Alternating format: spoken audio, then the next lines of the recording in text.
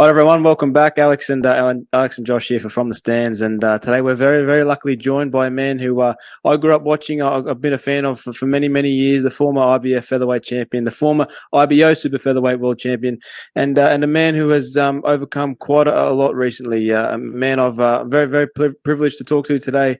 It's Billy Dibb. Billy, thank you very much for giving us some time, man. How are things with you? Yeah, everything's going good, man. I'm really just going with the flow. I'm just taking life one day at a time, and it's been good, man. I'm enjoying it. Awesome. Like I can imagine. Look, man, that is something I sort of want to touch on first. Obviously, I and many others saw the news back in November that, you were diagnosed with non-Hodgkin's lymphoma, and you mentioned how it was quite aggressive, and I can imagine it would have been quite a scary experience. You have children and a wife and a family, and for me, I kind of wanted to know, how was that process? The thought process when you first found out that you had been diagnosed and were facing quite a long road ahead. What was the mentality and the thought process, sort of straight after you found that out? Oh man, it was tough, to be quite honest with you. It was a very daunting time in my life, but I knew one thing was for sure. I had a family to look after, so I had to do whatever I had to do to be there for them. And so I made a decision, man. When the doctor told me that I had 6 months to live, I asked him, how do I turn 6 months into 60 years? And he said, you need to start chemotherapy yesterday. And I said, I'm on board, man, because I've got a young kid that I've got to walk to school in a couple of years' time. So whatever it takes, I'm ready to go. And, I wasn't quite sure what I was in for, but one thing's for sure, man, it was a tough journey. And I had to dig deep, that's for sure, man. Yeah, definitely. Something I want to know is, how did you, during that sort of, it's been 6, 8, 9 months now since that first was, you've been diagnosed. How was that time throughout, chemotherapy, and then, only recently finding out when you were in remission? What was I can imagine an immense amount of elation and joy you would have felt. But what was that? What was that feeling like, going through it and then coming out the other end and heading into remission, knowing that you are going to be able to, walk your son to school in a few years? Yeah, man. Look, it was definitely the hardest thing that I've ever experienced in my life. I've never experienced pain like the pain of chemotherapy. But, I stayed strong, man, because I put it in my head that, whatever was willed by God was going to be. There was nothing that I could do, anybody could do to change that, So if God had written for me to have more life, then I was going to have life. No one could take that away from me, And so I just put my trust and faith in God. I surrendered to Him and made a decision that if my time was up, then I knew that God was going to look after my family and my wife and my son. And, if it was my time to go, then He was taking me as a cleansed soul. He's cleansing me from all my sins and taking me back to I guess, a better place, because that's what we're told. We're told that, this life is only for a short time, but, heaven is eternity, So if that was what was written for me, then I guess I would have been seeing my family in heaven. But I was lucky enough to get through it, and ride the wave, the pain, the crying, the vomiting, the tantrums, everything that went with it. And I just rode that wave, and I finally got to the finish line, and here we are today, cancer free, in remission, and just doing my best to live my best life right now. Yeah, definitely. And, it's definitely a positive story to hear. So, Billy, look, switching gears a bit, I want to talk about, the sport of boxing, which, has given you obviously so much, and is a sport that you're, obviously passionate about. I wanted to know from your perspective, how has boxing evolved from the early days of your career to, where it is today? In your mind, how has boxing evolved or changed? Well, first and foremost, there's great promoters now. There's some really good promoters, and No Limit are doing something that a lot of other promoters didn't do. And what they're doing is they're building athletes on the back of other athletes. Yeah. So when you think about the transition of Tim Tszyu, he started fighting on Paul Gallen's undercards. Paul Gallen can be considered a real fighter because he was actually fighting real fights. And so they built this star behind Paul Gallen, and now they're going to build other stars behind Tim Tszyu, and that's just such an amazing thing, because when you think about boxing and the involvement of boxing and how it evolves as a sport, is that you don't want a promoter who's just looking after, for example, like during Anthony Mundine's run, it was all about Anthony Mundine, and Anthony Mundine done some great things, but they never really thought about building anybody after him. Yeah. You know, so then when Anthony Mundine died out and it was done, you know, like they needed somebody to take over as a pay-per-view star, and here you go, there's Tim Tszyu, you know what I mean? It took a little bit of work, but they finally got there. And you know, I just think the recipe that you know, No Limit are using, the boys Matt Rose, George Rose, and Trent Rose, they're using a very good formula right now, and the recipe is really working. Yeah. You know, so what they're doing is they've got this star named Tim Tszyu. Then they're building other athletes on the back of him, like Akuso. Then you got now my younger brother's going to be fighting on their next card, which is on July the 19th. Yep. You know, so they're bringing different stars in. But when I was boxing, there was, you know, the Bill Tracy's were there. You know what I mean? You had, you know, Jeff Fennick Fight Nights. But, you know, it wasn't like, it's not as strong as it is today. As good as it was back then, you know, winning 2 world titles and everything like that. I often think to myself, I wonder what boxing would have been like today had I won 2 world titles in today's era. Yeah, you know, that would have been amazing. But, you know, I'm just grateful that God had written for me to become a 2-time world champion. You know, I mean, that's something that nobody can ever take away from me. You know, I'm in the history books for life. And, you know, the thing is, we often talk about wanting to come back and double in a bit of the boxing again and all that stuff. But, you know, I think I'm at a point in my career now where I've had an amazing run, you know what I mean? I've beat cancer, you know what I mean? I'm still around to tell the story. I'm doing a bit of commentary now with Main Event and Fox Sports. And as well as that, I'm managing a young fighter by the name of Muri Fateh, guys, who's going to be an absolute phenom.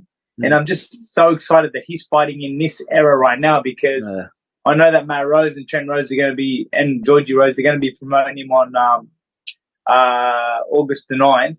Which is going to be super exciting, because, you know, wait till you guys see this kid, Munir Fateh. He's on another level, guys. Like, this guy is the real deal.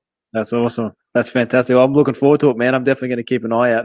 And like you touched on there, you know, commentating for No Limit, you know, it was very cool to meet you, you know, after the weigh-ins at Pac Fair early this month. And, you know, finding out that you were doing commentary was kind of cool, you know, switching from, you know, I love seeing that when guys, you know, from, you know, either the combat sports, whether it's MMA or boxing, transition into commentary, because you have such a good understanding of the sport and you know, technique and technically wise, you know exactly what's going on. So for you, how has that experience been, you know, being on the other side of the ropes and you know, being able to commentate on fights and really use your brain to, you know, visually analyze what's sort of going on in there?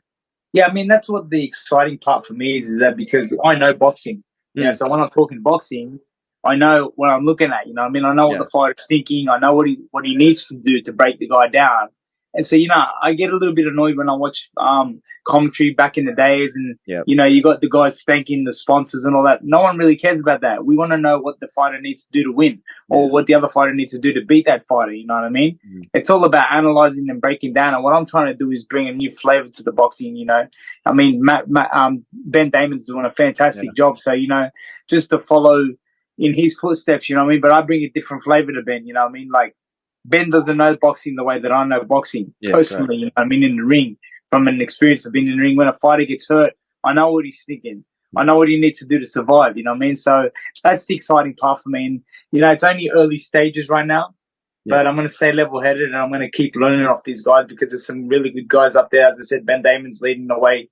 He's doing some fantastic work. You got Barry Michael, Jeff Fennick, you know, and just to be on the same, you know, on the same table as these guys commentating these fights is just, that was what I wanted. That's what I've been wanting for a long, long time, you know, and I've always been looking for a way to transition out of the way of, like, you know, transition out of the fighter into, you know, something else. And so now, you know, I've actually had a meeting with a few people from the IBF, and I'm actually thinking about becoming a referee and a judge as well. So, awesome. That's fantastic. You know, like at the end of the day, I know what it feels like to be on the end of a salad decision, and you know, when you know how that feels, you wouldn't do that to another fighter. You know what I mean? Especially when you know they're putting in a 10, 12-week prep. They've worked their asses off. You're not going to be bought by somebody just to rob a kid of his dream to become a world champion. You know what I mean? And I'm going to, if I do it, which I'm really heavily thinking about it, you know, I'm going to do it with a lot of integrity and a lot of honor, because I think that's what boxing needs. For sure. So, Billy, you know, it kind of leads into my next question, which is you just talked about sort of, you know, the issue with judging, which is sort of, you know, a major issue in combat sports in general. But one of the larger criticisms of boxing today is that, you know, fans aren't really getting those big fights, that they want to see, like a Fury and Usyk, Fury Joshua, Wilder Joshua. From your mind, what could be done to sort of, address this problem moving forward so that, the fans can sort of get these more high profile fights, when they're supposed to happen, I use the example of Mayweather Pacquiao a lot, that fight happened way too late. And, the trigger should have been pulled on that fight a lot earlier. And instead, we kind of got an older Mayweather and, a Pacquiao that at that point had a lot of wear and tear on his body. So from your mind, what can be sort of done to address this issue? I mean, I guess, it really doesn't just come down to the judging and stuff like that. You got to understand it comes down to the networks. It comes down to the dollars and everything like that, and some fighters are so pig-headed, they just think that they're worth a lot more than they are. And, sometimes it's very, very hard to make a fight when you're in a circumstance like that, when you're trying to put a fight together and then you're dealing with the TV networks and you're dealing with the money situation, then you're dealing with the other thing is that some fighters don't want a certain referee. Some fighters don't want a certain judge. You know what I mean? Like, especially when there's a lot of corrupt judging going on in the world of boxing. There's a lot of corrupt judging going on, and a lot of judges are being bought, with gifts being sent to their rooms. And I know that. A lot of people know that. I'm not the first to speak about it. I'm telling the truth. You know what I mean? But I guess what it comes down to is just making sure that the fighters are looked after fairly. And it's an even playing field, regardless of whether you're on the A side or the B side. There should be no A side or B side. When it comes to a fight, there should be, you meet in the middle, the best man wins, and that's it. There should be no favoritism towards any other fighter. Yeah, definitely. Billy, look, man, you had many monumental moments in your career. Obviously, winning the IBF, featherweight title would have been at the top of that list. But I want to sort of get from your point of view, your retrospective, looking back on your career. What moment for you, whether it's winning the IBF title, winning the IBO title, or any fight in between, that really stands out for you and is a standout moment that you look back on and go, "Wow, that was an awesome moment in time." What sort of moment for you stands out, apart from the rest?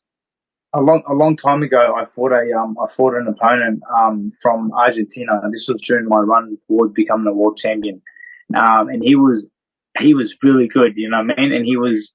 I remember him being 19-1 as a professional, and he was Argentinian, former Olympian. And this was before I even became IBF world champion. This was on my run to becoming world champion. And I think it was the most outstanding performance. It was so destructive. It was like, I've actually thought about trying to work out a way how I can upload it, because it's such a good fight.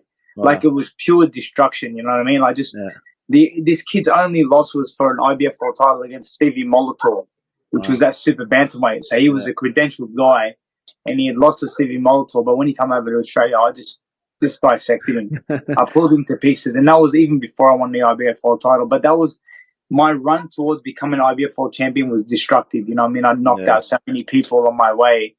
And then obviously winning the world title was just such a phenomenal moment, you know what I mean? To finally arrive at that moment. Because, IBO world title was a really good achievement, but let's be honest. Yeah, the top four. It means nothing to the IBF or WBC or WBA. So to win one of those and then to be recognized as one of the best featherweights in the world, like, that was just such a unbelievable moment for me. And, like, it's like the weight of the world is falling off your shoulders. Like, you've arrived. You've arrived. Whatever you do from that point on, it doesn't matter, because the history books are written and you're forever a world champion. It's like Tim, right? Tim Tszyu now is the WBO interim world champion. He still hasn't tasted that. Yeah, I'm the champion of the world. Yeah. I'm an interim champion. I'm not the world champion. You know what I mean? Yeah. Where Jai Alphataya, he's like the IBF, ring back as the champion. Like, what a feeling, you know what I mean? Like, that's an unbelievable feeling. And I've lived that, and I know what it feels like, and not just that, I made several title defenses, and, which is like, some people don't even get to make a defense. Some people get handed the belt, then they lose it in their first fight. Like, for example, not knocking anybody, of course, but, like, I remember when Love More to Do fought Ben Rabat, it was for IBF Eliminator, and he beat Rabat, and he was supposed to fight Ricky Hatton next, and then Ricky Hatton vacated the belt, and they gave it to Lovemore. Then he went to fought Paulie Malignaggi and lost it in his first defense. Like, how? Like, I mean, I wouldn't have been content with that. You know what I mean? Yeah. And like, they gave you the belt. You know what I mean? I didn't. No one gave me nothing. I earned it. And that's a big thing for me. And again, like I said to you guys, I'm not knocking anybody, because you're going to take a world championship the way it comes to you. You know what I mean? But like to be a fully fledged featherweight world champion and to be even mentioned in the same sentence as Jeff Fennick and Johnny Famishon for me is like, man, wow. Yeah. Kid from Engadine. Like, wow. Unbelievable. Yeah, for sure. So, Billy, one thing we've seen lately is, this rise of influencer boxing. And, from your perspective, could it have a knock-on effect of, improving the popularity of, what we would call, purist boxing as it is today? Or do you sort of view influencer boxing as almost not a separate sport, but that it's in its own completely different lane to, purist boxing? Well, it is in its own lane. It's making a lot more money than pure boxing. I can assure you of that because they bring serious crowds to the arena. There's a lot of viewership. There's different eyes now. But when you think about an influencer fighting a real fighter, like it's dangerous. You know what I mean? Yeah. These guys have really got no idea. Yeah. Hats off to somebody like Jake Paul who's actually trying to fight real fighters now. Yeah. You know what I mean? But some of these other guys like Deji and all that, and man, they could be up hurt lane, they fought somebody for real, let them stay in their lane, let them do their thing, you know what I mean? But if they start calling out yeah, I'm a real champion, I'm a real fighter, then come fight a real fighter and see how good you are. Yeah, 100%. Stay in your lane and accept that you're like a YouTube boxer. Yeah. Don't be calling out that you're the best because you will get chin checked if you fight a real fighter. You know what I mean? Yeah, definitely. I agree 100%. Look, Billy, man, last one from me. We don't want to take up too much of your time. It's the afternoon and things are busy and it's coming to dinner time, so I don't want to take up too much of your afternoon, man. But last one from me is obviously, news came out on Saturday about Jamel Charlo moving up to fight Canelo when. For the last week before that, I was convinced it was Jamal Charlo, and when the poster came out, I thought maybe that someone had put the wrong image there, and come to find out that it was actually Jamel. So, yeah, obviously, it's for Jamel, that's a cool little feather in his cap, getting to fight Canelo, moving up 2 weights, and if he were to win that fight, I mean that's history. But it does put Tim Tszyu in a kind of an unfortunate position because, obviously he was scheduled to, fight him before September 30th deadline by the WBO. So where do you think that sort of puts Tim Tszyu now? And do you think he should take another fight in between the eventual Charlo fight if he isn't already, promoted to a WBO world champion? So this is exactly what's going to happen from my understanding. Like I know boxing and the way the boxing works. When you think about Charlo versus Canelo Alvarez, that's big money. That's big dollars. And when you think about dollars, you don't just think about the fighters, think about the sanctioning bodies. The sanctioning bodies are going to make a load of money from this. So I can assure you right now, Paco, the boss of the WBO, is not going to go ahead and strip Jamel Charlo of his titles. He's not going to do that because when you have undisputed facing undisputed, that sort of overrides the mandatory challenger, right? Yeah, when they've come to an agreement, that overrides the mandatory challenger. So now what's going to happen is, I can guarantee you, is that Jamel Charlo is going to be elevated to super champion with the WBO because they do super champion. Tim will fight for the vacant world title. Yeah, right. And then Charlo, win or lose, if he wins, he'll probably stay at that weight. If he loses, he'll probably come back down in weight, collect his belts, and then make his defense against Tim. You know what I mean? Mm-hmm. But I think Tim will go on to win the world title against another person, but that won't strip Jamel Charlo of all the belts. This won't happen. For sure. From my understanding, that's my understanding of the way boxing works. And when you're thinking about that kind of money the sanctioning bodies are going to make, when they're making 3% of each fighter's purse, you can imagine they're getting paid some serious dough. You know what I mean? And the talks of the fight, like, correct me if I'm wrong, but I've heard people dabbling with $100 million fight. Yeah, I've heard that. Like 100 million. When you think about $100 million fight, they're not just throwing out their numbers for the sake of throwing them out. Somebody's obviously worked out that this is a fight that's going to generate a lot of money. And let's be honest, Canelo is on a little bit of a decline, guys. And Jamel Charlo is still pretty fresh, and he's coming off a really good win against Castano. So anything can happen. I do feel sorry for Tim because I think that Tim deserved that opportunity, but whether Tim was going to win it or not, I don't know. I would have backed him. I made a mistake a long time ago of saying that I think that Tim's been off too much when he was going to fight Jeff Horn. And he proved me wrong. So, I decided from that day that I would never pick against him again. And even if he fought Charlo, as hard as it would be, I'd back my countrymen, you know what I mean? Because I'd like to see Tim win. Tim's a great guy. I've got a lot of time for Tim and his team and Glenn Jennings and Igor. And I just love them all, mate. And they're good people. So I back them no matter what they do. Yeah, for sure. Well, look, Billy, thank you so much for joining us today, man. We really appreciate you giving us some time, and it's been an absolute privilege to talk to you, man. We're wishing you all the best, as it sounds like you've got so much going on, transitioning, as you said, away from Billy the fighter. And look, man, we'd love to talk to you again in future. No worries, guys. Thank you so much for your time. God bless your listeners. Take care and look after yourselves.